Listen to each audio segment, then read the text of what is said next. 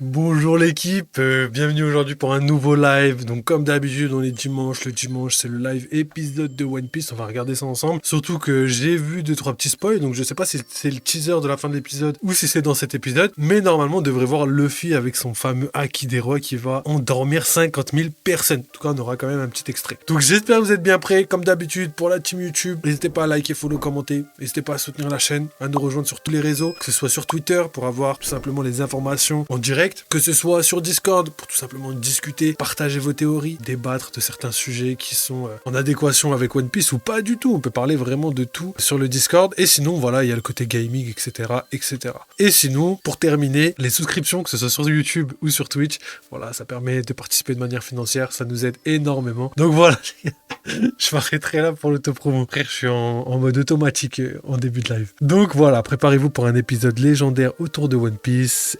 Assez.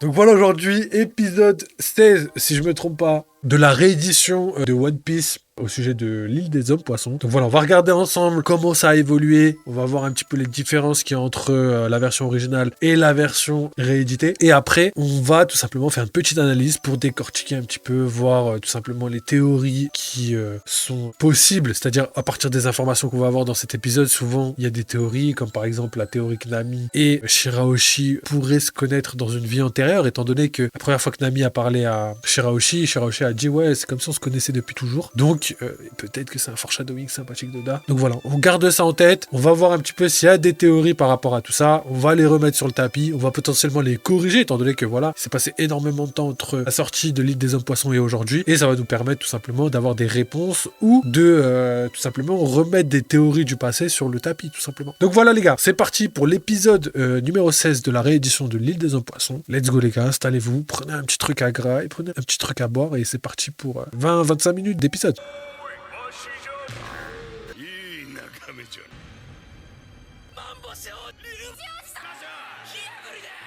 まだ白星の死亡意味がねえ。むしろ最も消したいのが怪な力を持つ伝説の人魚。捕獲成功しました。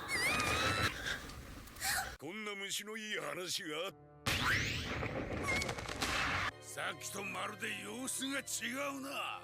どう動くかわからねえのが仲間の死に怒りここへ現れても万端だ。武器を使える巨人族。ここ1ヶ月で3万人10万人の無法者。調子にお乗りでないよ。てめえ何の用だ。マダム・チャーリーと滅ぼすと出たんだよ。実質滅ぼすことになるかもな。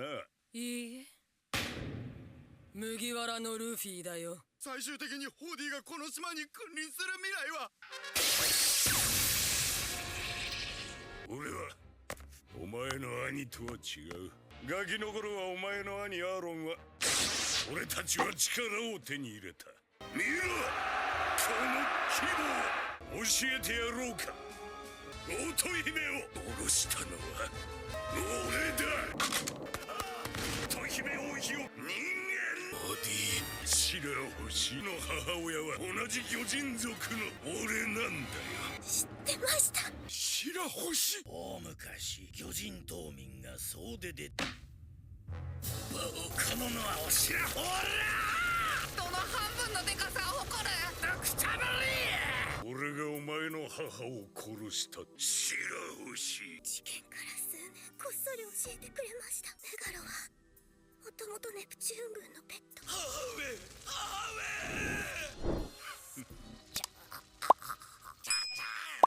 白星姫ではない。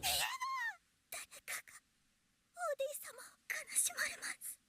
母様と交わした犯人様が決して他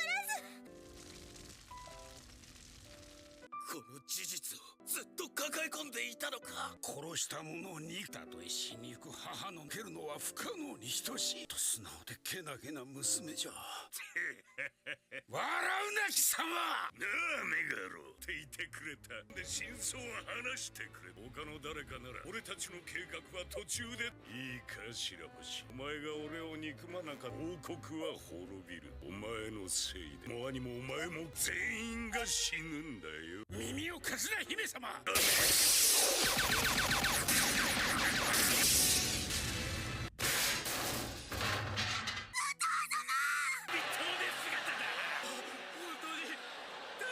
敵は10万の無法者。マダム・シャーリー、帽子をかぶった海賊は。それはわからないよ。1年先かも。今すぐここで大暴れしてくれたら私も今がいい。お前たちの言う通り、麦わらのルフィ、今すぐここで暴れろ。麦わら。これまで全てを言い当ててきたシャーリーの占いも虚しい叫びだな。現実に引き戻してやる。死ね。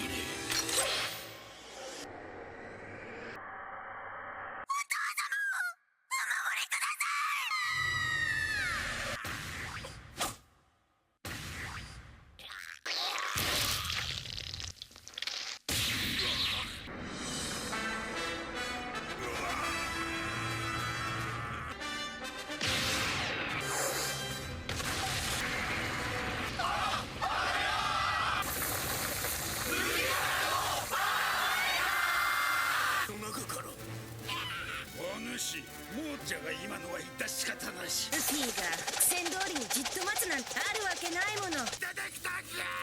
天竜人の書状よ。じゃあようやっあと城の鍵はロビンに。ジョーが大丈夫ですか。あれはガオンホー。よっしゃ。ここを乗せていくん。お前らは本当に滅ぼし返したのは答えてきたのか。敵か味方かお前らが勝手に決めろ。Ils sont archi forts. Franchement, j'ai adoré l'épisode. J'ai beaucoup de choses à vous dire. On va discuter de tout ça juste après. 私たち10人7万人も入っ。全然足りねえな。黄色の覇気。命知らずね。大乱戦麦わらの一味対海賊王に俺はなる。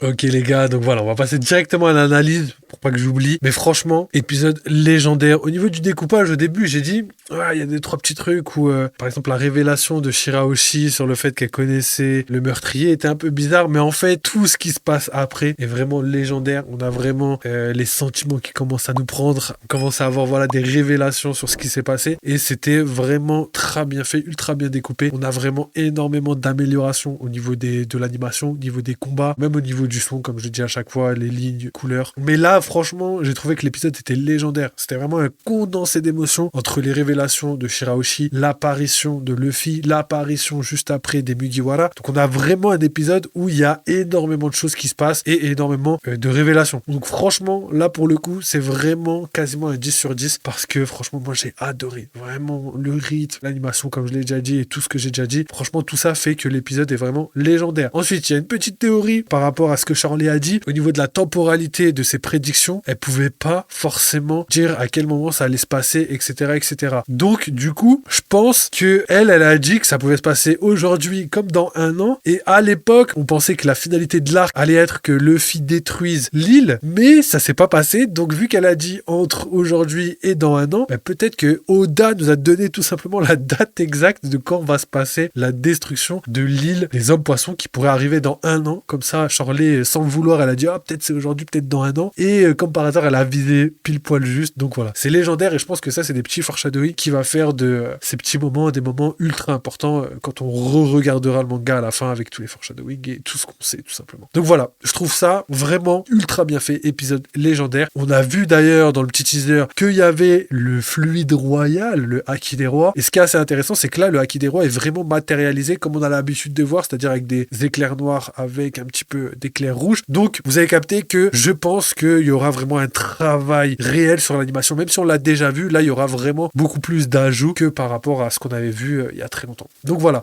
épisode légendaire, je mettrai minimum 9, 10 sur 10 parce que tout y était, vraiment tout y était, le rythme était bon, les révélations étaient bonnes, l'émotion transmise était bonne, l'apparition, les informations traitées, les théories, il y avait vraiment de quoi être content après cet épisode. Donc voilà, je pense avoir fait le tour par rapport à tout ce que je voulais dire par rapport à cet épisode. Comme j'ai l'habitude de dire, les gars, n'hésitez pas à nous rejoindre sur YouTube, sur Twitch, sur Discord, etc., etc. Ça nous aide énormément. Il y a le Twitter aussi et vous avez accès aux souscriptions. Donc voilà, si vous voulez participer, n'hésitez pas les gars et merci énormément à tous ceux qui le font. Donc voilà, n'oubliez pas, vive les jeux vidéo, vive One Piece. Je vous laisse sur ça. Ciao les gars.